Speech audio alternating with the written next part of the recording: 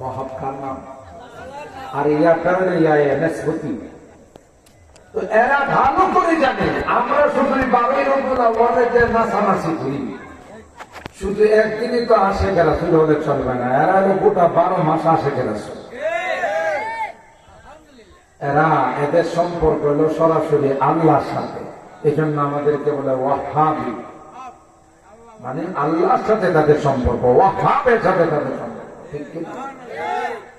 আর যদি এটা উর্দু ভাষা নেন, আরবি বাদ দিয়ে আরো শুধু এটার অর্থ কি জানেন? ইহাবি ওয়াহাবি, অর্থাৎ এরা দুনিয়াতেও সফল কাম, পরকালেও সফল কাম, এটার অর্থ হলো ওয়াহাবি। কথা বলেন ঠিক? ইহাবি ওয়াহাব, ঠিক না? যারা কোরআনের বিরুদ্ধে কথা বলে, ইসলামের বিরুদ্ধে তাদের কলম চলে। একটা সময় স্লোগান ছিল মাদ্রাসায় পড়ায়, মাদ্রাসায় পড়ালে ভাত পাবে না, ঠিক না? যদি কোনো জেন্টলম্যান ছিলেন তো, যার যত উচ্চ শিক্ষা হবে দেখবেন কাপড় নিচে থেকে উপরে শোভা, কাপড় আর হাঁটুর নিচে থাকে না, হাঁটুর। তাহলে বুঝতে হবে আরো আরো আরো পরিচয় আছে। যখন দেখবেন যে হ্যাঁ কোনদিন পয়সা পেশাব করে না, খাড়ায়া পেশাব করে, কথা বলেন ঠিক কিনা, তাহলে বুঝতে হবে উনি অনেক উচ্চ শিক্ষিত। ঠিক না? এরাই মাদ্রাসা থেকে বঞ্চিত করার জন্য কথা এক সময় বলে বেড়াইতো, তোমার পোলা করে মাদ্রাসায় দিছে, আহা ভাত পাবে না, খায়া। আল্লাহর কসম করে বলতে, কসম করে বলতে পারি, গোটা দেশে যত চুরি ডাকাতি হয়, রাহাজানি হয়, হাইজাক হয়, একটা মাদ্রাসার ছাত্র আলেম খুঁজে পাওয়া যাবে না। বড় বড় ডিগ্রিও না, আমি নিজে তার প্রমাণ। একবার ঢাকা ভার্সিটি থেকে আমি যাচ্ছিলাম বাসে করে, বাসে উঠার পরে আমার ছাত্র জীবনের বাসে উঠার পর আমার সাথে আরেকজন ভদ্রলোক বসে, সাথে ব্যাগ আছে, সাথে দুইজন বসছে, দুইজন হলো কামলা। কামলা বলছেন তো, খুব ভদ্র কামলা, উচ্চ শিক্ষিত কামলা। তো যে ব্যবসায়ীকে টার্গেট করে এরা উঠছে, ব্যবসায়ী ইচ্ছা করে সিএনজি নেয় নাই, প্রাইভেট নিয়ে নেয়, প্রাইভেট নিলে টাকাতে যাচ্ছে, কিন্তু ওরা ওখান থেকে ওনাকে টার্গেট করছে।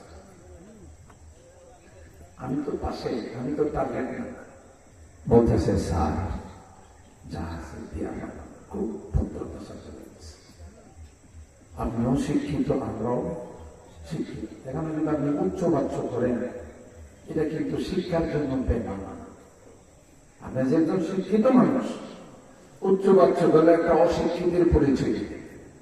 আমরা শিক্ষিত, এখানে কেউ যেন বুঝতে না, স্মুথলি যেন আমাদের কাজগুলো হয়।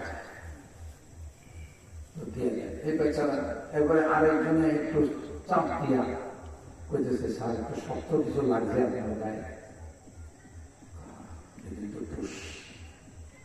দেখি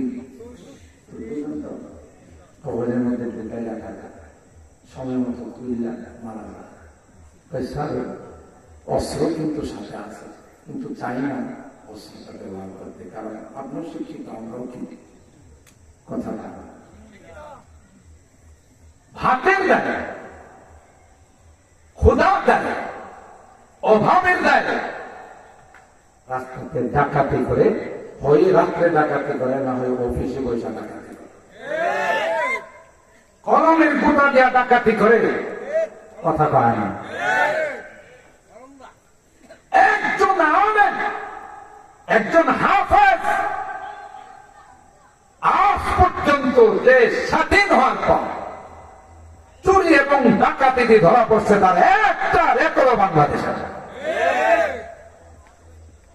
মাদ্রাসায় পড়ায় 5,000 10,000 যাই পায়, শাক সবজি দিয়ে বউবাল বাচ্চা নিয়ে দস্তরখানে আরামে খায়, নাক কাইনা ঘুমায়। ডাকাতিরও কোনো টেনশন নাই, চুরিরও কোনো টেনশন নাই। আর যে বেটা কোটি কোটি টাকার মালিক রাতে 10-15 বার দেখে যে বাড়িতে ডাকাত ঢুকছে, ঘুমের মধ্যে চিৎকার দিয়ে ডাকাত ডাকাত, আর বউ যাবে আরে আপনি কন্টিনিউ করেন ডাকাত ঢুকছে। ঘুমাচ্ছে, সাহেবে বেতন পাই 2 লাখ, ম্যাডামে বেতন পাই 1 লাখ। বেতন কি কম না বেশি? দুইজনেই সরকারি অফিসে চাকরি করে। বাসাতে আসার পর কিলাকিলির অনুষ্ঠান শুরু হয়। কিসে? দুইজনের মধ্যে কিলাকিলির অনুষ্ঠান শুরু হয়। কেমনে শুরু হয়? কোন কারণে যদি ম্যাডাম বাসায় আসতে একটু দেরি হয়, সাহেবে আগে আয়সা করছে, জিজ্ঞাসা করে তোমার এত লেট হলো কেন? অফিস তো ছুটি হয়েছে এতটার সময়, রাস্তায় যানজট ছিল। সাহেবে কি করে, এটা কি গাড়ি ঘোড়ার যানজট না অন্য কোনো যানজট? কথা বুঝছেন তো? এটা কি গাড়ি ঘোড়ার যানজট না পুরুষের যানজট? হ্যাঁ কি বললাম, আমার সন্দেহ করছে। ঠিক সাহেব যখন আসতে দিলে হয়, ম্যাডাম জিজ্ঞাসা করে আসতে তোমার দিকে হলো আমার দিকে হয়েছে, মানে পুরা শাহবাগ থেকে নিয়ে ফারামগঞ্জ পর্যন্ত পাও ফাঁকা। এটা কি শাহবাগের যানজট না নাইট ক্লাবের যানজট? কথা কি আমার বুঝছেন? এই দুইজনে একজন আরেকজনকে সন্দেহ করার পর একটা পর্যায়ে তখন দুইজনেই বলি হাত খাটকে মুখে আবার কথা কিসে। গ্রামগঞ্জে কিন্তু এই জাতীয় কিছু মাঠঘর আছে। দুইটা পক্ষকে যদি আপনাদের এই মরিচাকান্দি এলাকায় নাই, বাঞ্চারান্তর নাই, অন্য এলাকায় আছে, দুইটা পক্ষকে লাগাই দেখি তোর গায়ে হাত তুলছে, তুই কি ছুরি বেড়া বসে আছিস? তোর কি গায়ে রক্ত নাই না পানি হয়ে গেছে? তার মানে লাগাই দিতে পারলে তো লাভ। হাত তুই মুখে কথা কিসে?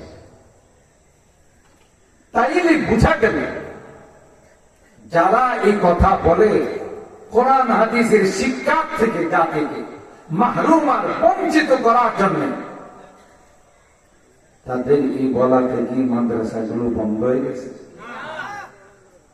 মাদ্রাসাগুলো কি কমছে না বাড়ছে?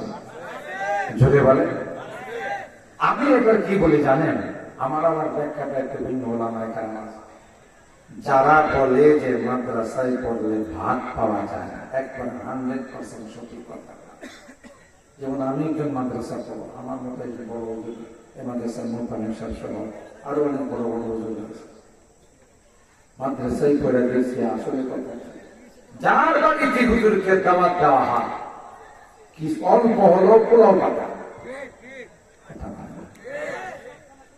চিকন চাউল দিয়ে সুন্দর করে মশলা দিয়ে পোলাও পাতা। তো প্রথমে পোলাওয়ের বলটা হুজুর পোলাও, হুজুর আমার গ্যাস্ট্রিকের সমস্যা, অনেক কষ্ট করে আপনার জন্য হুজুর চিকন চাউল নিয়ে আসে, একটু খান। তখন আমি চিন্তা করি, আর এই ব্যাপারটা যেতে ছিল মাদ্রাসায় করলে ভাত পাওয়া যায় না, কি কমে যাবে কথা পায়। সাদা ভাত যদি আপনি খাইতেও চান, বাড়িওয়ালা সাহেবে দেওয়া বিভিন্ন আইটেমের তরকারি, নদীর মাছ, মুরগি, খাসি, গরু, কবুতর, বিভিন্ন আইটেম পাকা সামনে। হুজুর আমি কিন্তু কিছু করে নিতে, আপনি কিন্তু চামচে হাত লাগায় এক পিস করে দিতে দিতে 10-15 আইটেমে যখন ভাতের উপরে তরকারি দেওয়া হয়, তখন তার ভাত দেখা যায়। তখন আমার মনে পড়ে বলে তো কথা ঠিকই বুঝিস যে মাদ্রাসায় করলে ভাত পাওয়া যায় না, শুধু তরকারি আর তরকারি কথা পায়। ليطفئوا نور الله بأفواههم والله متم نوره ولو كره الكافرون। আল্লাহ বলেন পৃথিবীর দুশমনরা চায় কোরআনের লাইটকে অফ করে দেওয়ার জন্য, ইসলামের বাতিকে নিভিয়ে দেওয়ার জন্য। পৃথিবীর সূচনা লগ্ন থেকে ইসলামের বিরুদ্ধে, কোরআনের বিরুদ্ধে ষড়যন্ত্র শুরু হয়। আল্লাহ ডাক দেয়া কর এই কোরআনের লাইটের দায়িত্ব আমি আল্লাহ নিলাম। ইন্না নাহনু নাযালনা যিকরা